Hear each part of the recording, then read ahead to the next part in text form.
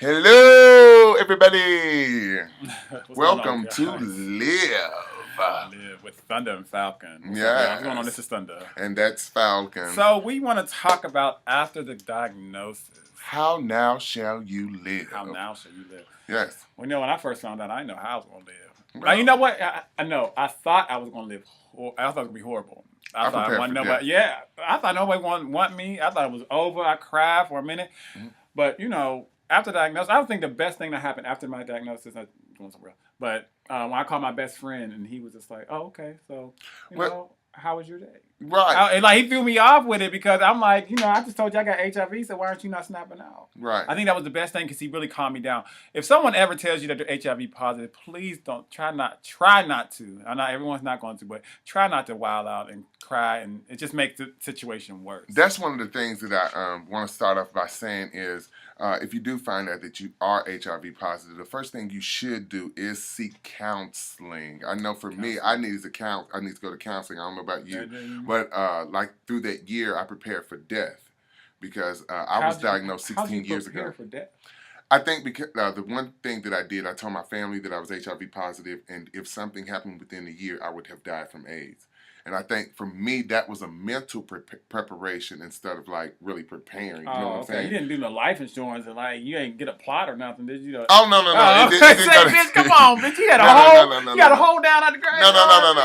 It was just for me. It was mentally preparing for death. Like I know I'm about to go through this transition because all I knew at the time that HIV ended in AIDS and then you die. Okay. I didn't know about living. So one of the things that I ask people to do is to seek counseling, and not only that, tell someone that you know that's really close to you. Like you said, your best friend said, well, what's going on? My mother was there when I found out, so I had someone there. Wow. So I don't even know how I've been different. I had somebody there. I don't know. But yeah, my best friend Aaron Richardson, I'm glad he reacted the way he did, and that made a hell of a difference. Good job, Aaron. I appreciate it. And I thank my mother, who is no longer here with us. I thank you for being, that wonderful lady to say it's okay and you're gonna live. It's all right.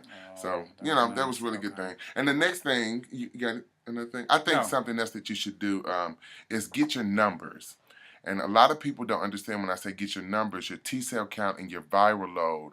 And then some people say, well, what is a T cell count? What is a viral load? I'll start off with the viral load. HIV viral loads, I realized, it's reported as the number of HIV copies, which is in the milliliters of blood. So it's however many copies of a infection or HIV infection is in milliliters of your blood. So if the viral load measurement is high, it generally indicates that the HIV is present and it's replicating. So a low viral load is usually between 40 and 500 copies per milliliters. And that right there, depending on the type of sensitivity of the test that is used. This result indicates that HIV is not actively reproducing and that the risk of the disease progression is at a low risk. An undetectable viral load is in someone who has diagnosed of HIV does not mean that the person is cured. It only means that the level of HIV is currently below the threshold needed for detection. Yeah, and that can happen through medication. That can happen through medication. If you take your medication, then you can get a low threshold or you can get low viral load. Right. But those who don't take their medication, you'll have a high viral load, and that's between 5,000 to 10,000 copies per milliliters of blood. So that's a lot. So I ask people, when you first find out after the diagnosis, please get your numbers. Find out what viral load means. Find out what T cell count. And anytime there's a T cell count, I also look that up so I can make sure I educate the girls. Come on. A normal T cell count for just, regular people in America is between 500 to 1,500 cells. Now, for those who have AIDS, your T cell counts usually are below 200, people who have AIDS.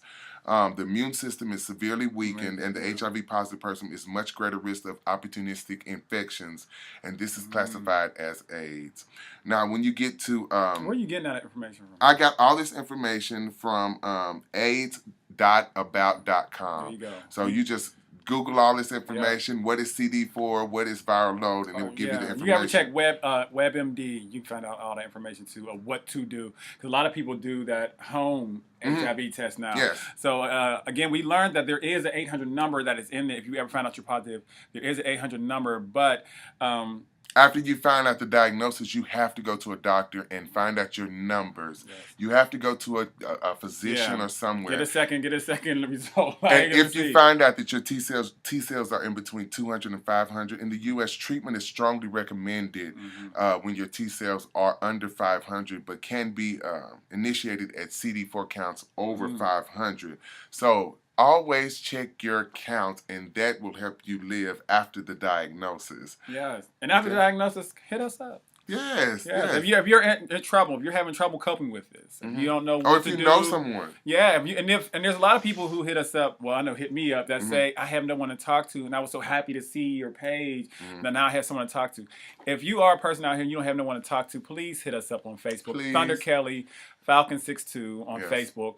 Instagram, Phalcon, the number 62, and Thunder Kellie on. Kellie.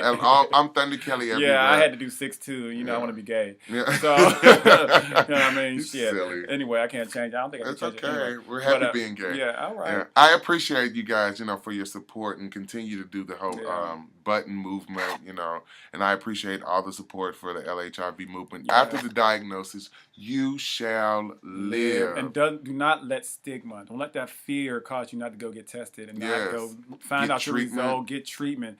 Don't let that stop you. I had this. I have to tell this story. Okay, go ahead. Come on. Ended off like this. Come on. I had this guy who sings gospel. Okay. He's kind of known for singing gospel. He inboxed me on Facebook and he said, "Hey, what does wasting mean?" And I said, "Well, wasting is when you really can't hold anything if you're HIV positive or you're in the AIDS. If you're below 200 and you have high viral load, then, you may start wasting. That means you can't keep food on you. You have diarrhea uncontrollably." And so he said, "Well, I believe I've been doing it and I've actually lost, a considerable amount of weight." Wow. And I said, "Well, you need to hang up and go to the doctor." That's right, hang up. Yeah. He inboxed me first and then we called each other. So that's when I said he needs to hang up and go to a doctor.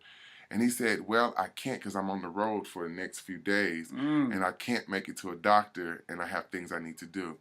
I was totally taken aback because he was fearful of what people may say. And only thing I say to that is, don't make HIV look bad.